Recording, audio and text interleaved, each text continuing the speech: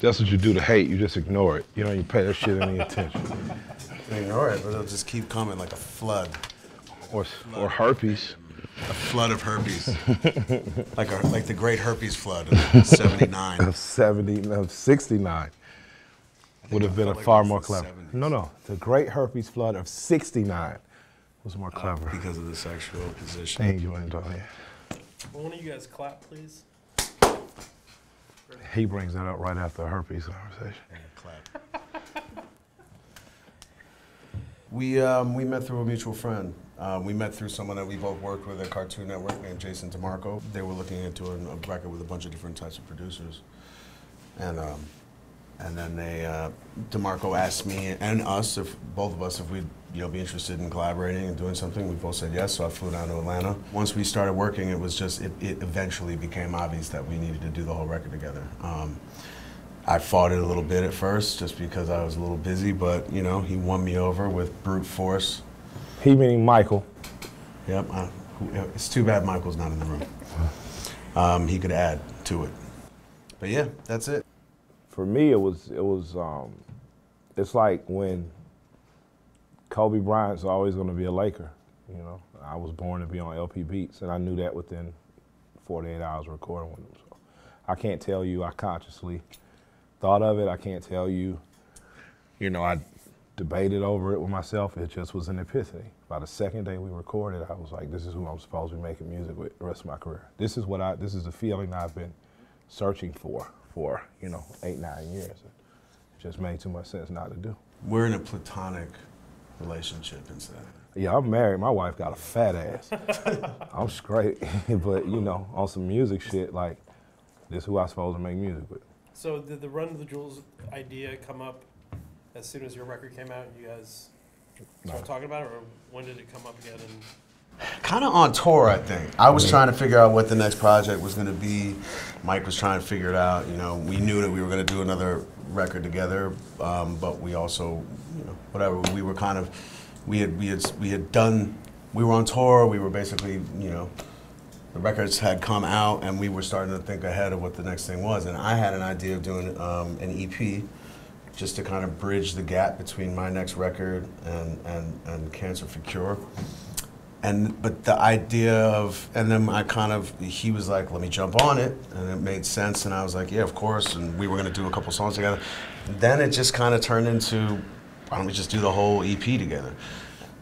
So doing the group just ended up seeming like such a cool idea, and it just so much more fun than just trying to, it was a real thing, it was a real direction. It was like, we knew that we felt like we had kind of conquered one type of idea for ourselves with rap music, I think, which is like make the classic record that harkened back to the feelings that made us fall in love with hip hop music, and do our best to honor that. But this is a continuation of that. This is the other side. This is the EPMDs, This is our fantasy of being. Talking to a dude who came up through the outcast ranks, Yeah. And so I started in a group, Company Flow. So there's a big, that was always to me, Run DMC, Fat Boys, EPMD, Sure. Mobb Deep. There's so 8 Ball, many. MJG, UGK. Yeah. I mean, just on and on and on. So many important group records. And it's a lost art right now. I feel like when we made, when we went in and created rap music, for me, going in with the intention of one rapper and one producer creating a classic record. Like, our focus from day one was to create a classic record. That's a lost art. It's not even on a lot of people's, they don't even register that no more, that art before commerce. And the one rule that me and Mike have been working since we met, and that we agreed on ahead of time, was that we were going to do nothing but make the records that we would want to make if we didn't care about selling a record, if we didn't care about competing, if we didn't, just making the record you wanted to make when you were a kid. Have fun. Remembering that record, And giving it away for free. Yeah.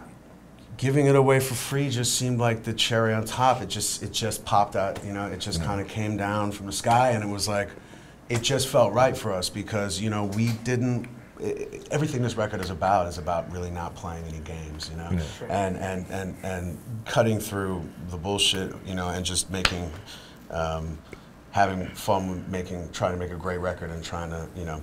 And giving it away for free is, you know, it's not some noble and naive cause. Like, we've made a unspoken agreement with our audience. We're going to give you the records, and we expect you to come out to the show, you know, and.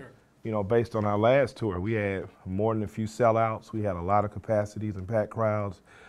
We've been deemed festival killers for our run of festivals this year. So for me, you know, the audience is keeping their part of the deal, which, you know, endears us to keep our part of the deal more. But back to what I was saying, it's just that the duo, the tag team rap is a lost art in the same way the creation of a classic record. You know, not the creation of classic hype, but just going in and saying, I'm gonna create this classic record. And I think that he and I just value that, you know. Like, you look out there now, all your favorite duos are not making records currently together anymore. So it's for me that I came out of a group, but I got a record deal and my group never got a chance to get love. Like, I just posted on my Instagram, like, the first CD we pressed called the Slumlords. Like, my dad kept one, and I'm just gonna repress them just to, you know, give and sell some. But, you know, having the opportunity to be that group for a group of kids, now, like the kids that are hitting me via social media, like, we are the group. Like, I used to look up to the group. We are the group for them, and that's just an amazing feeling.